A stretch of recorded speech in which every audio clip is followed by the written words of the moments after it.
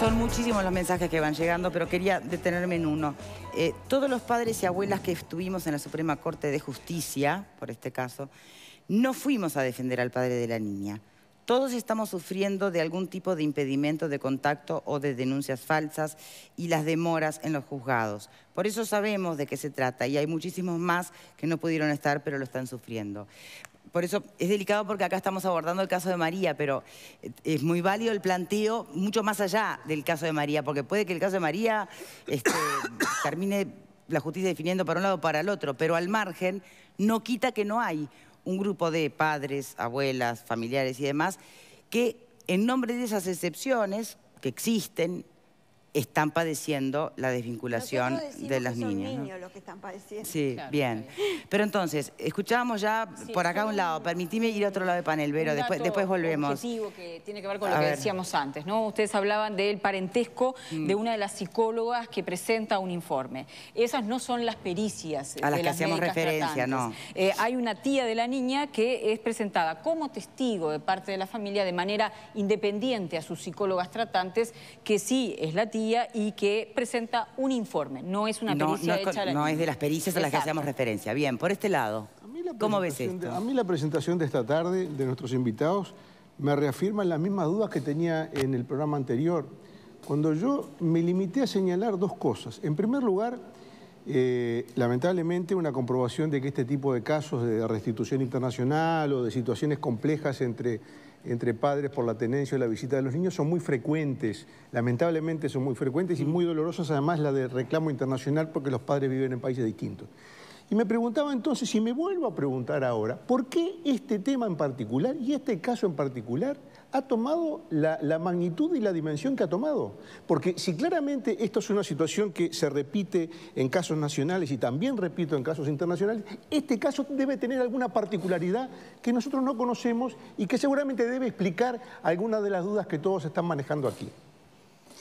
No, la particularidad que tiene es que es un caso de abuso o supuesto abuso de una niña que, es decir, y con la distancia, Montevideo, España. Entonces, eso creo que es lo que le da la particularidad, el hecho de tener que...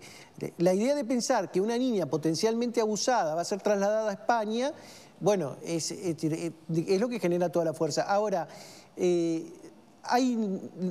los niños están en el medio, por un lado tironean los padres, por otro lado tironean las madres. Se suman movimientos de un lado a favor de la madre, a favor del padre, todos dicen que es a favor del niño. Creo que son instancias en las cuales todo el mundo sale perdiendo. Alfredo. Sí, a mí lo que me preocupa es, en definitiva, es el tema de los niños, ¿no?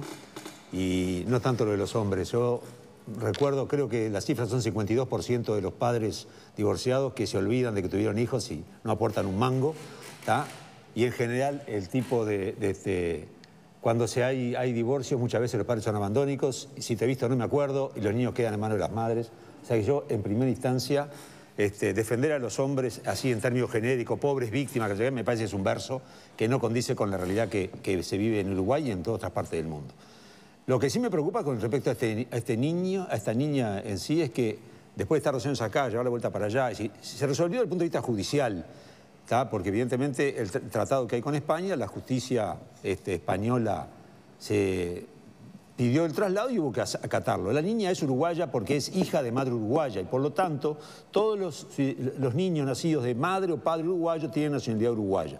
¿Tá? Es un dato que es importante de reclamar. ¿Por qué este caso se da tanta importancia? Justamente porque la madre es uruguaya. ¿Tá? Hay hasta películas desarrolladas de otras situaciones similares, ¿tá? Pero generalmente el que se va con los niños es el padre. Sobre todo hay películas que se iban a países árabes o que sea, y las madres quedaban fuera. Sí, pero la situación se da. En Uruguay no es tan frecuente, evidentemente. Por eso un caso se da de esta característica, por eso tuvo tanta connotación. Muy bien, reflexiones finales. ¿Pueden ser respuestas a algunas de las apreciaciones que se han hecho aquí yo o quería hacer información? una aclaración acerca de lo que dijo Alfredo, porque nosotros hicimos un estudio bastante grande. No es cierto que el 52% de los padres sean padres presentes, eso es resultado... ausentes, eso es resultado de una encuesta realizada por el ENDIS, simulando la situación de 198.000 niños uruguayos desde el nacimiento hasta los 6 años. en la cual se encuestaron a un 96% de madres. Se encuestaron a cerca de 2.500 personas. Entonces, por lo tanto, está simulando una situación... ¿No representativa 2.500 bueno, personas? está simulando... No, pero si no estás... Si vos no tomás la muestra equitativamente y solo consultás al 98% de las madres, no estás diciendo que ahí... Pero a su vez está simulando la situación de niños entre 0 y 6 años. No podemos manifestar que el 52% de los padres son padres no presentes. En realidad la cifra real es... Debe ser mayor. No. Bien, de todas maneras, señores, perdonen que interrumpa, pero no estamos hablando de padres ausentes, estamos hablando que es una cosa. Otra muy distinta es ser un padre que abusa sexualmente de su hija, ¿no? Claro. Estamos frente a otro escenario. No pongamos todo en la misma bolsa porque no estamos haciendo justicia. En realidad yo les quería preguntar si el ejemplo que habíamos visto hace un rato, ¿no? Que si viene un turco acá y tiene un hijo con una mujer uruguaya y después pide para ir a visitar a la familia turquía y cuando llega allá dice no voy a volver porque allá en Uruguay tu padre abusaba de ella o tu hermano o vos la maltratabas y entonces si acá en Uruguay permitiríamos que el juicio se lleve en Turquía de ese niño que nació acá uruguayo, si permitiríamos eso, porque... Creo que no pasa por la cabeza de nadie de que si el niño nació allá, tiene a los abuelos, a los tíos, al resto de los amigos, su vida hasta los 4 años, que vino para acá y se le ocurrió retenerla, empezar a decir que tuvo esa problemática que es tremenda y que nadie la quiere dejar de lado.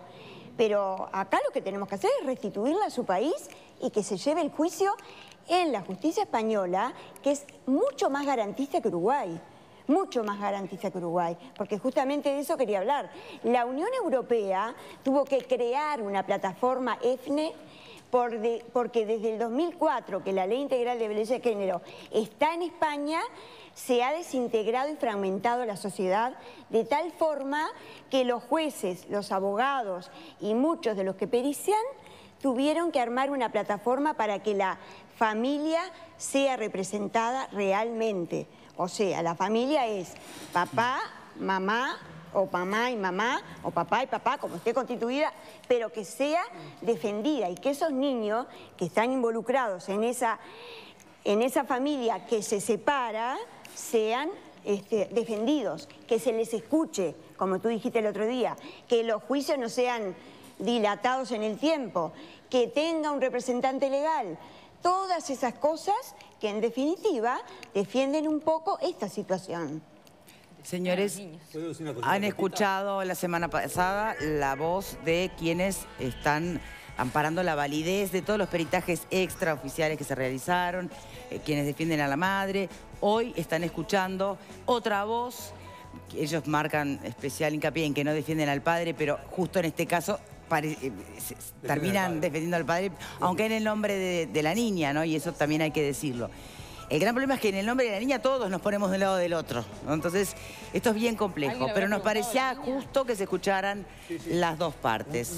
Tenemos que cerrar, sí. Garantista la justicia española, difícil, porque el 78% de los casos se resuelven mal. Se archivan. Entonces, garantista me parece que otra vez hay un error en el planteo. Gracias, Nita Próspero, gracias, Andrés Pereira, por habernos aportado su visión. Muchas gracias. Y a ustedes, como siempre, gracias por habernos acompañado. Que tengan un buen fin de semana. Será hasta el lunes.